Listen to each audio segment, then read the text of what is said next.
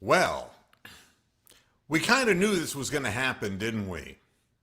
And here we go. This is for posterity's sake. Most of you are going to be seeing this as an archive, not the rage and fury that thunders through my mind as the result of the news has come out that the Kevin Stefanski is the new head coach of the Cleveland Browns. And you know something? I try to stay off of Twitter as much as I can because there are people who are really challenged mentally. And that's a nice way of saying they're fucking retarded and they're making these ridiculous takes, you know? And I don't get it. It's things like this, and I'll give you an example of some of the things that I'm reading. It's like, well, you never know who's going to be a good head coach. You never really know. And it's like, can you imagine if we made all the selections in our lives that way? Well, you never know who might make a good wife. It's like, maybe give the crack whore a chance. You never know. It's like grabbing a deck of cards and saying, well, maybe we should just pull a card out and maybe it'll be the ace of spades. Fucking morons. Fucking morons. And I can explain to you the whole thing in a nutshell. You hire weak sisters so you can push them around. Jimmy Haslam is no different than the guys doing the butt fucking in Deliverance. Make no mistake about it, ignorant Southern hick. The type of person who acquired a business that he did not create himself, and I mean his father's business, and then proceeds to acquire the Cleveland Browns because of his relationship with none other than the Pittsburgh fucking squealers. Quack, quack, quack. You nose-picking cocksuckers. Quack, quack. What's life like without Ben Roethlisberger? Oh, your coach is really great, isn't he? He couldn't find a quarterback who could even throw a forward pass. But you were convinced that Mike Tomlin was the greatest coach there is. Let me tell you something. And it really makes me sick to my stomach. Reading Kevin Stefanski as head coach, those two things in the same sentence, no. He's done nothing to earn the position. I'm not going to go through this Freddie Kitchens shit again. These people keep getting a job that they're just not prepared for. And all these stat geeks, you take a look at the number of first downs they got this year, you look at the times they were in the red zone this year. Anyone can pull numbers out of their ass. Here is what I'm talking about. Look up his fucking wiki. He joined the Vikings in 2006 and never made it out of town. He sounds like Tony the fucking calf. Oh, I'm in Minnesota and I'm going to stay in Minnesota and I'm going to drown in one of the lakes up north. That's what it is. I'm going to die in Duluth and I'm going to take a tour of the state and I'll be in Minneapolis for a short while. I'll visit where Prince is buried and then I'll kind of motor around to maybe Eau Claire, Wisconsin. If I'm really risky, I'll leave the state, but I'm comfortable there. He was an assistant to former head coach Brad Childress. That means a lackey for Brad fucking Childress. Is Brad Childress dead yet? He should be. In 2017, you're in trouble. When the fucking wiki on a guy skips from 2006 to 2017. In 2017, after the termination of Scott Turner, Stefanski was promoted to coach the Vikings quarterbacks. And he helped transform the Vikings into the NFL's 10th highest scoring offense. Quarterback Case Keenum had his only good season under Stefanski. He threw 22 touchdown passes, 7 interceptions, and allowed some other poor fucking team to sign him as a free agent when he sucked like he did for the rest of his career. Anybody can have one season. It's not about one season, folks. Take that stat, shove it up your rectum.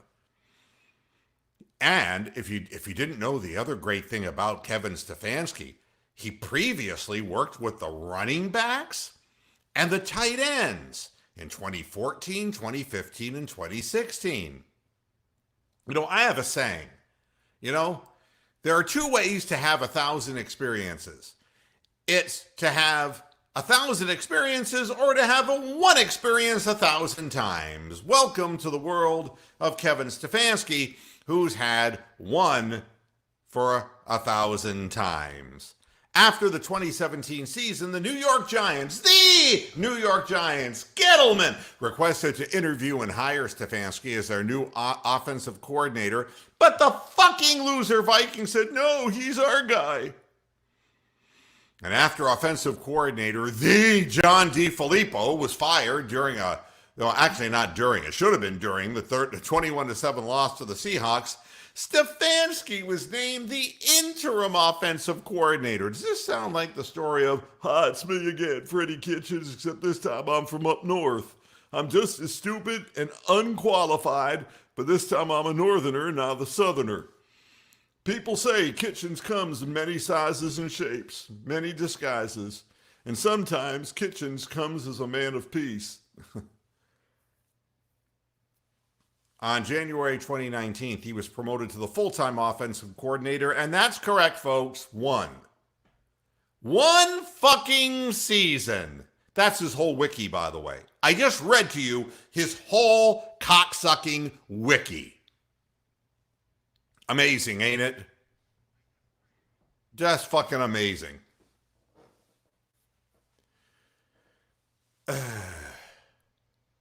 And this is exactly what the problem is. I'm getting all kinds of, I'm reading what people are saying.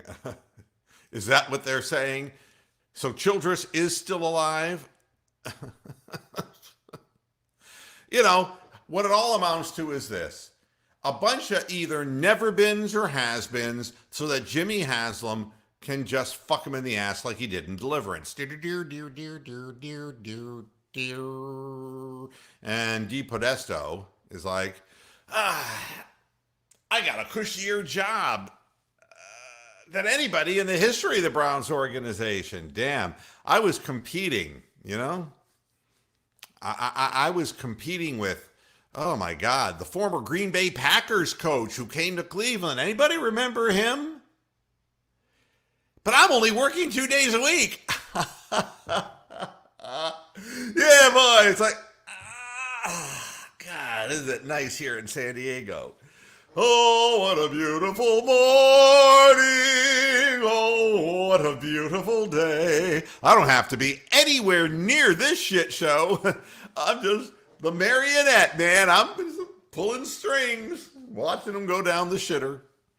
It's all money in my pocket. Yeah, buoy. Then I get this from people, the stat geeks. Well, you take a look at the Minnesota statistics since he got his hands on the offense, and there's a lot to be said. I could say the same thing about the Tampa Bay Buccaneers. The same fucking thing. They turn the ball over 30 times a fucking year, but it doesn't matter because the stat geeks only see, what's his WAR rating? It's these guys who create all of the trades that the Cleveland Indians make. And it's like, does it matter how often he gets on base and what he actually does when there are men in scoring position? No. You got to take everything into consideration and throw it in the pot, make a big stew out of it. So it makes him look like he's something that he's not. That's what we do with analytics. We shove them up your ass, and they make no sense whatsoever. Analytics are suppositories. And they lead to more shit. Unbelievable. It's not just as bad as Freddie. It's the same thing. A guy who has no experience, no credentials, nothing. Nothing at all. Nothing to recommend him for the job. Nothing. No success. No proof he could possibly succeed. And I don't want him to succeed. I want him to get hit by a car. I want them all to get hit by a fucking bus and get killed. Fuck them. It's stupid. We're going to have to get the analysis from 47 different people and the spin from Mary Kay Cabbagehead. I don't need to be spoon-fed anything. The guy is not qualified. And give McDaniels his credit. He came in saying he wanted sweeping changes to the organization, according to Albert Breer. Sweeping, the biggest sweeping change, let's get rid of Haslam. Let's just take the owner and just send him out of town. Sweeping changes isn't Jimmy's way. You know what Jimmy's way is? Jimmy. Jimmy wants control of the ship.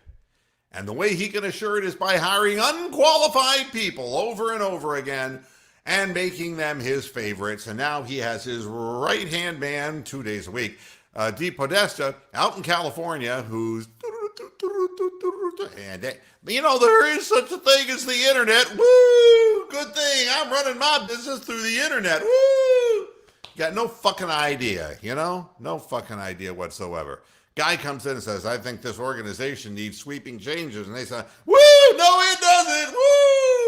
Woo! He's on one long fucking bender. That's what we got here.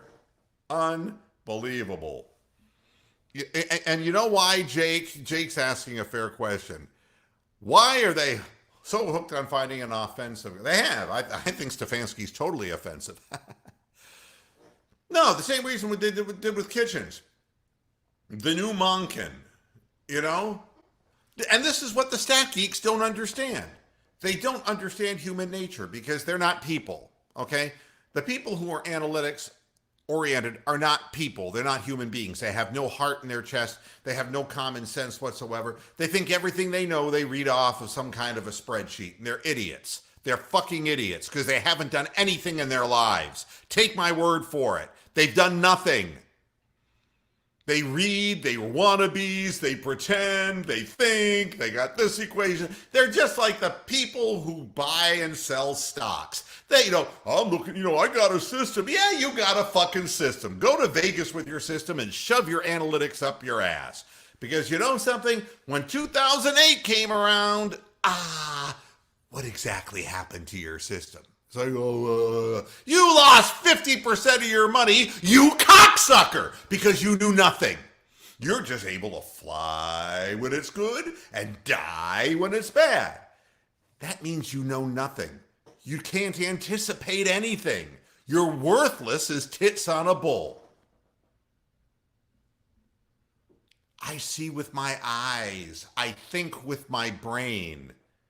There are statistics that you can use in making decisions, but you hire people who are intentionally unqualified so you can push them around. And you know what the stat geeks don't tell you?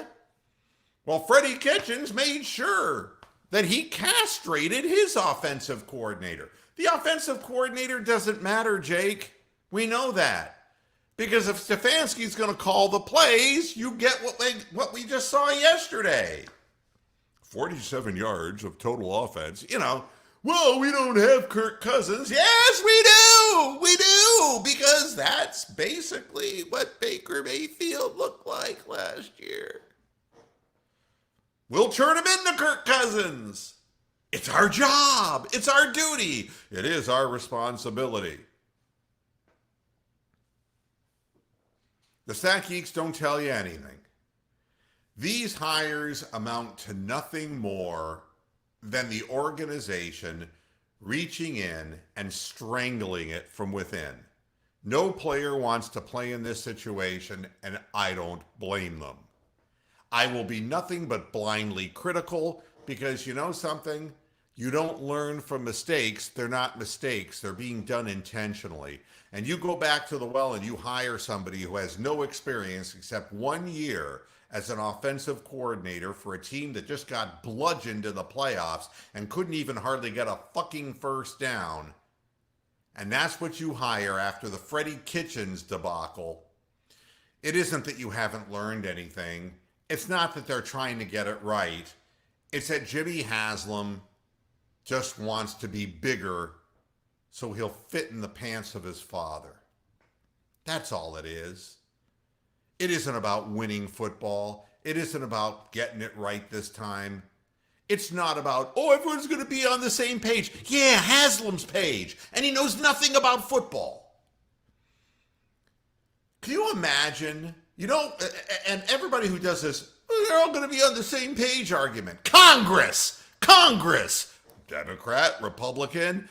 Hey, how about legislation that fucks you and makes big business bigger? How do you like that? You like that everybody's on the same page? Can you imagine in history? Can you imagine if everybody was just on the same page? Well, I think we can. Go back to the Constitution. When all white men made black people slaves, they were all on the same page. And that's a good thing, right? Without dissenters, we have no progress. We would not have integrated schools in the North or the South without dissenters. We wouldn't have freedom if it weren't for dissenters, the Boston Tea Party and the taxation without representation. Without dissenters, the ball can't move forward. And what Haslam has made sure is he's cleared the room of dissenters, and the one guy who came in wanting to make sweeping changes got swept right out of the interview process. That's what this means. It's just ridiculous.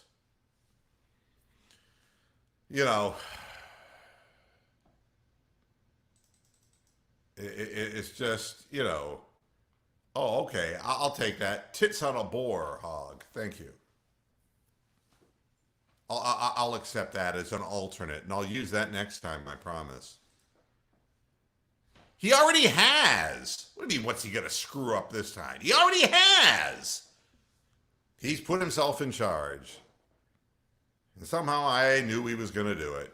And you knew it too. And yeah, he's already right there with Kirk Cousins, and it'll only be worse. It's no use dreaming about things. People with experience go to organizations, I guess, that have experience winning sometime in recent memory. If you won in the 90s, for God's sakes, that's recent enough to take a job, right? I wouldn't be surprised if the guy we wanted for the job just said no, and we ended up saying, well, we'll take Stefanski then, Or Deep Podesta said, see, I was right about this guy, and you took Kitchens, and I told you about Stefanski, and we're going to find out how bad Stefanski is, which I can guarantee you he's not up to the job. Not up to it at all. And do you think that this guy is going to be able to corral the egos of OBJ and Jarvis Landry? They're out of town. They're done. We're going to go back to the Corey Coleman methodology, the Andrew Berry methodology of drafting people who are slow, undersized, and have bad hands. Oh, we're not going to pay. We got to get more cap room. We're not going to pay OBJ. We're not going to pay Landry. We can find people in the draft. Yeah. Amazing, isn't it? They're not going to play for this asshole. No way. I am not running. I would be the only person who would be a Democrat who isn't running. And I would never even align myself with any political party today because they're all thieves. Because they're all on the same page. I hate that, man. What's the point of just coloring within the boundaries? What's the point of all being on the same page? What? I got fired from a job because I wasn't a good team player. And you know why? Because the owner of the station was fucking his secretary. That's why, and I had a fucking problem with it. That's why. You don't shit where you eat. So they fired me because I wasn't a team player. Wasn't on the same page. I should have been on the fuck your own secretary page. On the same page. It is lame and pathetic. That's what they're saying, that Andrew Berry could very well be the general manager yet again. And you see what this is? It's like, let's bring Romeo Crennel back again. Fucking Groundhog Day. We're stuck in Punxsutawney. Gary Kubiak.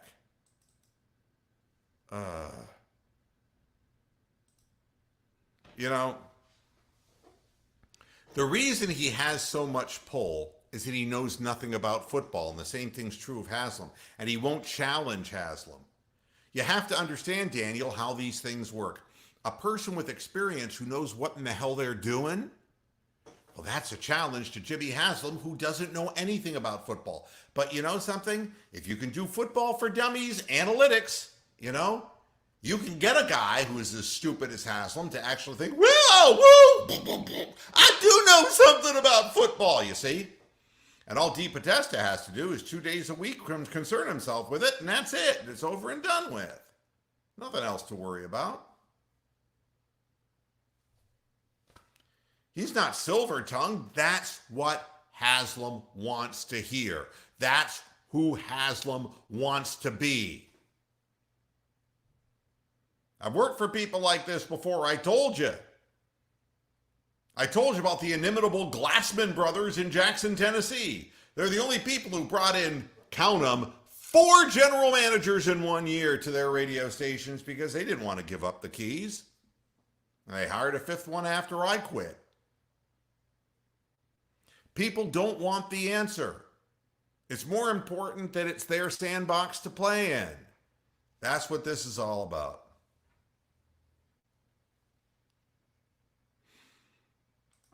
Let's see what Kowalski says. What do people think Stefanski does in his first year? It was his first year as an offensive coordinator. First year. No differently than what Pat Shurmur did or what any of them did. They got no experience. They've never done the job before. Do you know what kind of a hellhole he's walking into? God. They're not even going to win 6 games. No! The team isn't even going to look like the same team. The roster is going to be different. The guys will be beaten down. Anybody who questions the authority of Haslam will be terminated and sent out. It's going to be Freddie Kitchens 2.0, all right. Guys won't play. And you'll have a bunch of mediocre guys losing. 3-13, 4-12. That's next year, folks. Guaranteed. I guarantee it. Then Baker Mayfield says, I want out. And then we go hunting for Deshaun Kaiser again. That's what it is. I really don't care about what the Browns' record is because it's how you arrive at a conclusion that matters to me, and I can't be a fan of this. This is not the Cleveland Browns, it's the Cleveland Haslams. I'm not a fan.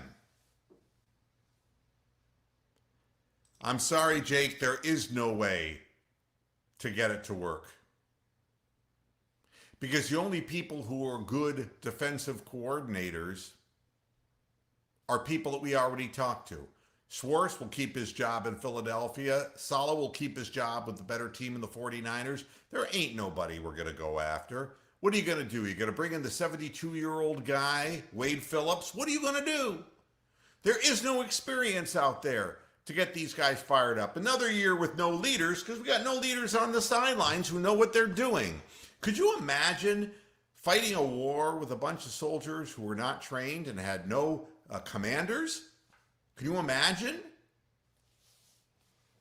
Jeez. Well, McDaniels went down with his guns ablaze. He didn't really want the job because he knew that he was giving a message that Haslam didn't want to hear. And Saleh pulled out before because he saw, no, these people are crazy stat geeks and it's all, it's all chimpanzee finger painting for Haslam, trying to dumb the whole game down to his level of idiocy. That's what it is. Yes, Mogambi, that's why I dared go on the air without any notice because, yeah, it's all just the Cleveland Haslams. Not only implosion, but actually implosion too.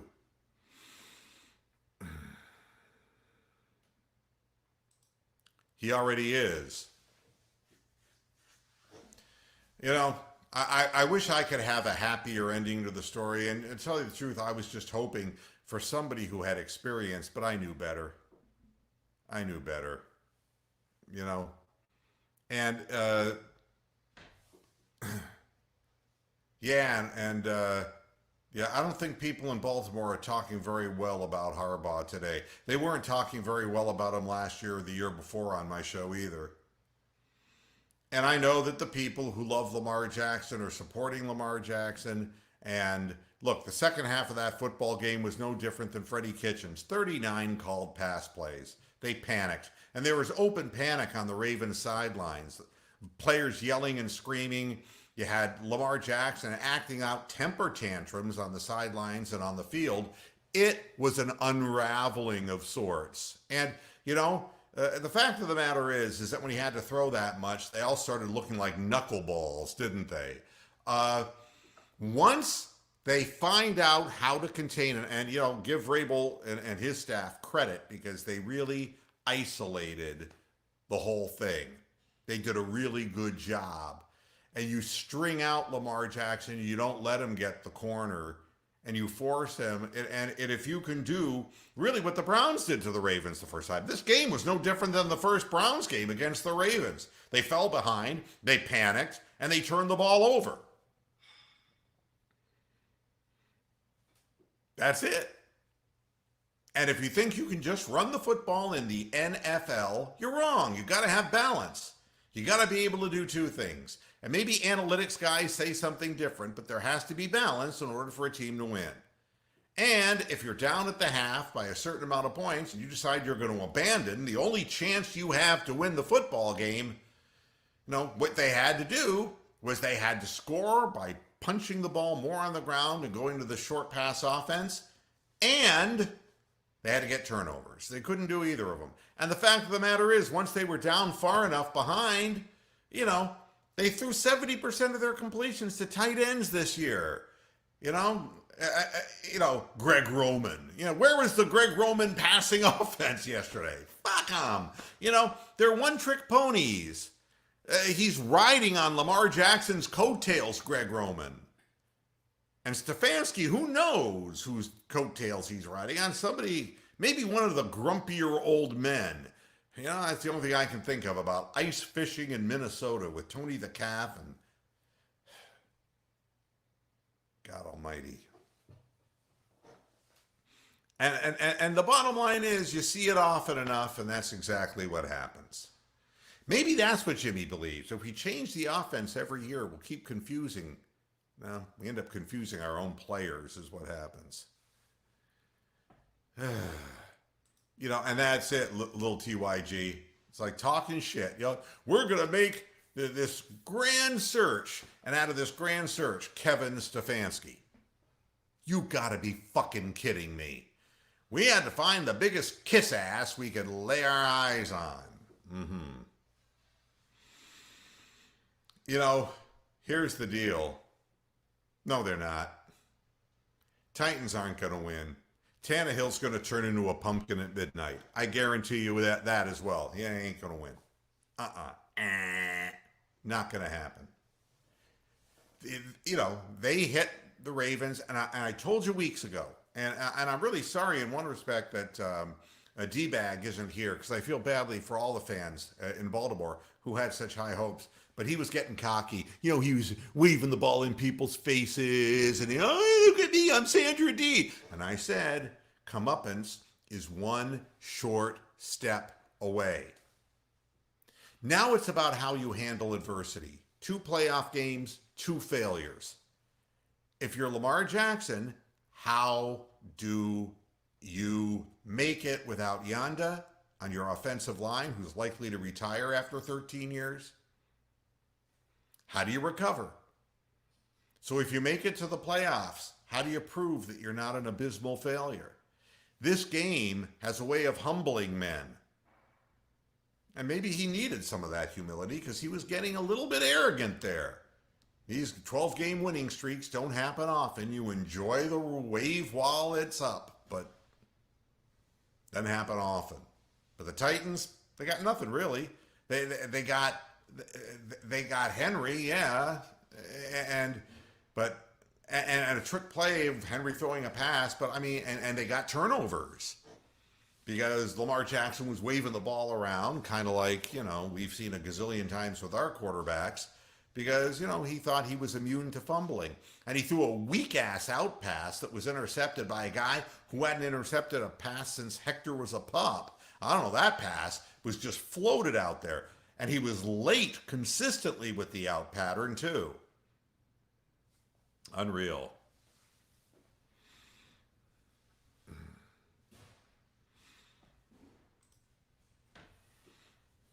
You know, the defense has been king, but Tannehill will kill you. And I actually was reading things online saying, who was it who wrote this? I told you about Tannehill years ago. Yeah, I was right. This I was right thing. Yeah, we'll see what Ryan Tannehill shows up. Well, I just wanted to get it all off my chest, and I hope you enjoyed it. And enjoy the season coming up, Browns fans. We have another unqualified guy, and he'll hire a bunch of unqualified people who are just yes men for Haslam, and the whole organization will echo with the resounding whoop. Where's our rebate check, you thief? Thanks for tuning in to this Moohead Radio editorial. I'll be back again tomorrow. And if you think it's bad today, it's only going to get worse tomorrow. Jake, jump back in on the show tomorrow. I hope you do. And I'm going to watch the game too. And then I'm going to walk my dog and la la la, obla di obla da, life goes on. Until tomorrow at 6 o'clock Eastern Standard Time, hasta la vista, pasture heads, and enjoy that cliffhanger ending.